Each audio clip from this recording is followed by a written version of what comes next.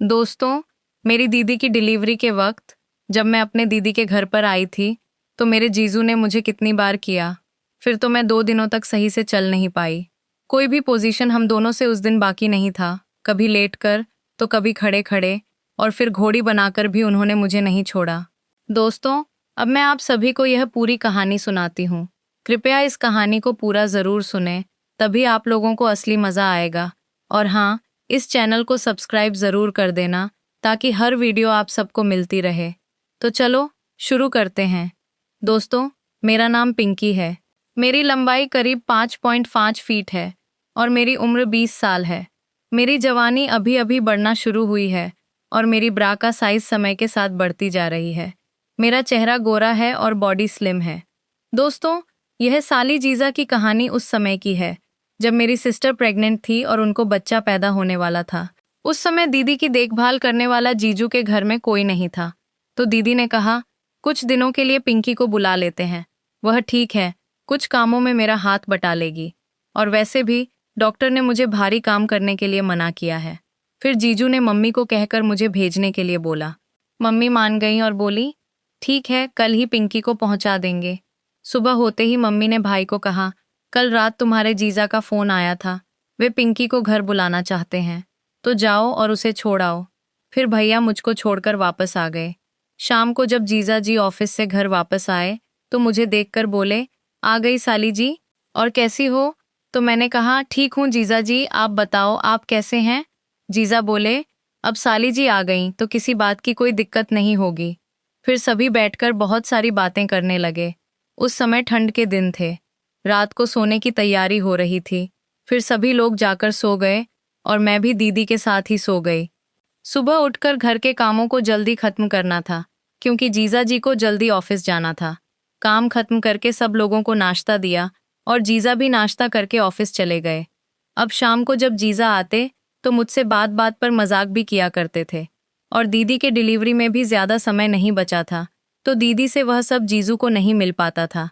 एक दिन वह मुझसे बोले, पिंकी, कहो तो तुमको भी ऐसा कर दूं? और फिर यह बोलकर जीजू अपने सामान को खुजलाने लगे। मैं शर्मा गई। जब मैं रसोई में काम कर रही होती तो वह चुपके से आकर मेरी कमर को कसकर पकड़ लेते और मेरे गालों में किस करने लगते। और कुछ समय बाद वह मेरे सलवार के ऊपर से मुझे सहलाने लगे। फिर तो जब भी मैं खाना बनाने लगती, पीछे से जीजा आकर यह सब करने लगते। एक दिन तो जीजू ने मेरे सलवार के अंदर ही हाथ डाल दिया और मेरे खिलौने से खेलने लगे। मैंने कहा, छोड़ो, दीदी आ जाएंगी।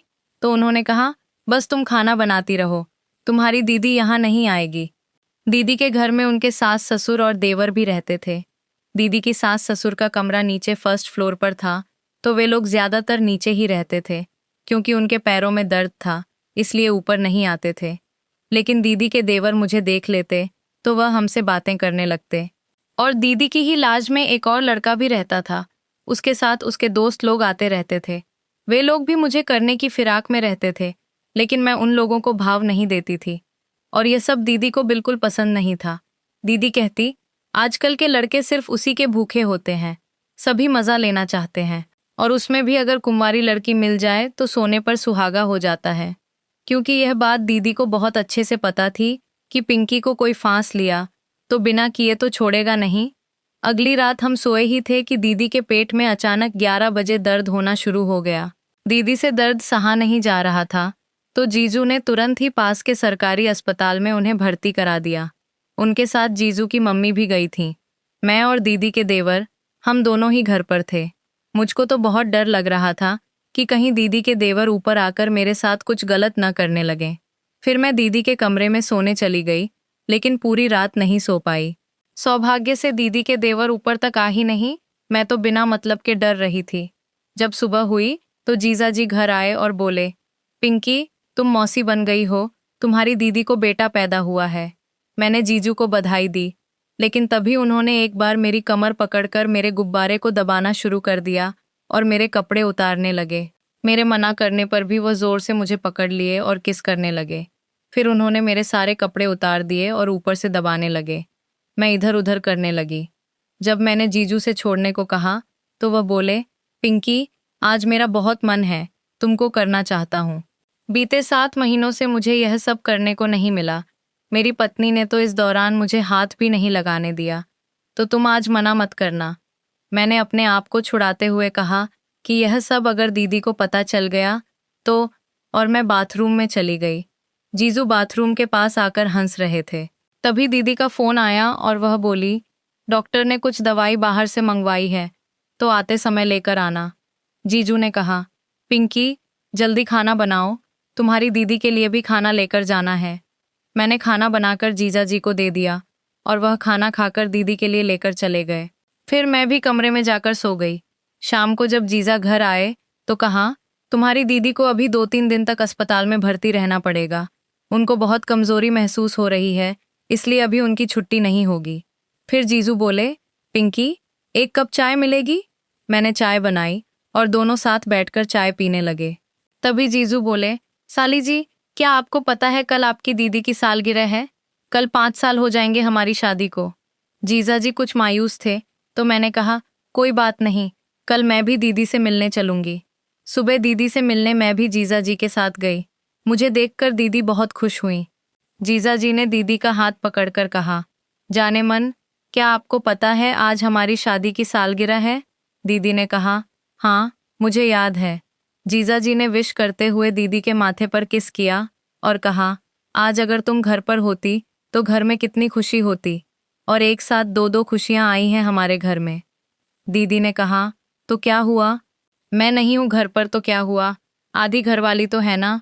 कोई बात नहीं, खुशियां बाद में मना लेंगे। अपने बच्चे को गोद में उठाकर खिलाने लगे। फिर मेरी तरफ मुड़कर बोले, देखो पिंकी, तुम्हारी दीदी ने मुझे कितना बड़ा गिफ्ट दिया है।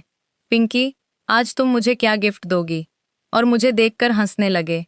मैं उनके इशारों को समझ गई थी कि वह मेरी लेने की बात कर रहे थे।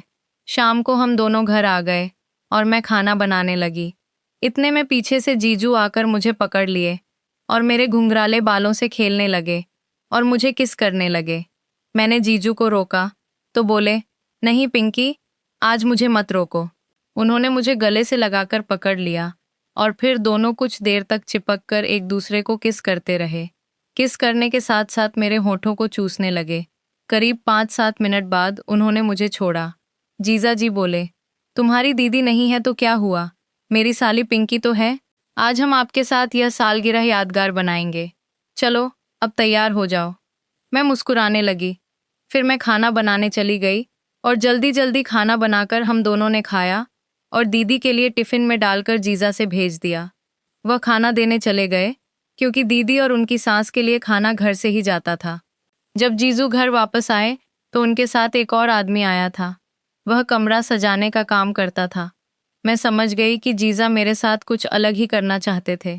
वह आदमी घर को सजाकर चला गया। उस दिन घर पर हम दोनों के अलावा कोई नहीं था, क्योंकि जीजू के भाई और उनकी मम्मी दीदी के साथ ही थे। अब जीजा बोले, पिंकी जल्दी से तैयार हो जाओ। उन्होंने दीदी के सारे सामान मुझे दे दिए और मैं भी देर न करते हुए जल्दी जल्दी तैयार हो गई।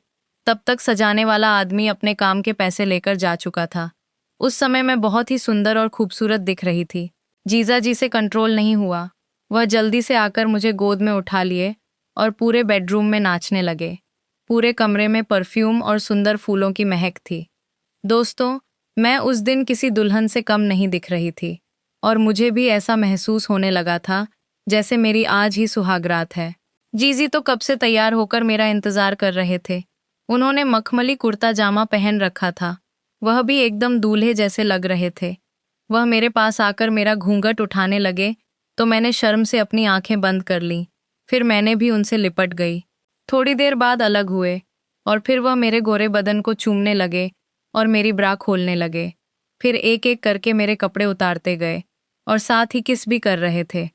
अब मेरा भी मन जोरों से करने लगा था। उसके बाद तो मेरे जीजू ने मेरे साथ वह सब किया जो एक पति पत्नी अपनी सुहागरात पर करते हैं। वह रात मेरे लिए पहली बार थी। हम लोगों ने उस दिन 4 बार किया। उस दिन तो हम खूब आनंद लिए और फिर दोनों सो गए। जब सुबह सोकर उठी तो मुझसे चला नहीं जा रहा था। जीजू ने मुझे देखकर पूछा, क्या हुआ? मैंने सब बातें बता दी तो बोले, इसे हर दिन करने से आपकी यह परेशानी खत्म हो जाएगी। अगले दिन दीदी अस्पताल से घर आ गई और फिर मैं दूसरे कमरे में रहने लगी। लेकिन जीजा जी आधी रात को मेरे कमरे में आकर हर रात वह सब करने लगे। दोस्तों, मैं वहाँ 25 दिनों तक रही थी। मैं और जीजू वह प्रोग्राम हर रात सोने से पहले करने लगे थे। इतने दिनों में पता नहीं कितनी बार हम दोनों ने वह काम किया था। एक दिन मम्मी ने फ़ोन करके मुझे वापस घर पहुंचाने के लिए कहा, तो दीदी ने कहा, पिंकी को शॉपिंग करा दो, मम्मी पिंकी को वापस बुला रही है। दोस्तों, मेरे जीजू ने मेरी मशीन का अच्छे से ख्याल रखा और फिर मुझे घर पहुंचा दिया। तो दोस्तों, अब मैं बीच बीच में अपने जीजू से अपनी मशीन की सर्विसिंग कराने आने जाने लगी। आप सबको पता ही है इसके आगे क्या हुआ होगा। दोस्तों, आप लोगों को यह साली जीजा की कहानी कैसी लगी? हमें कमेंट करके ज़रूर बताएं। और ऐसे ही कहानियाँ सुनने के लिए हमारे चैनल को सब्सक्राइब ज़रूर कर लें।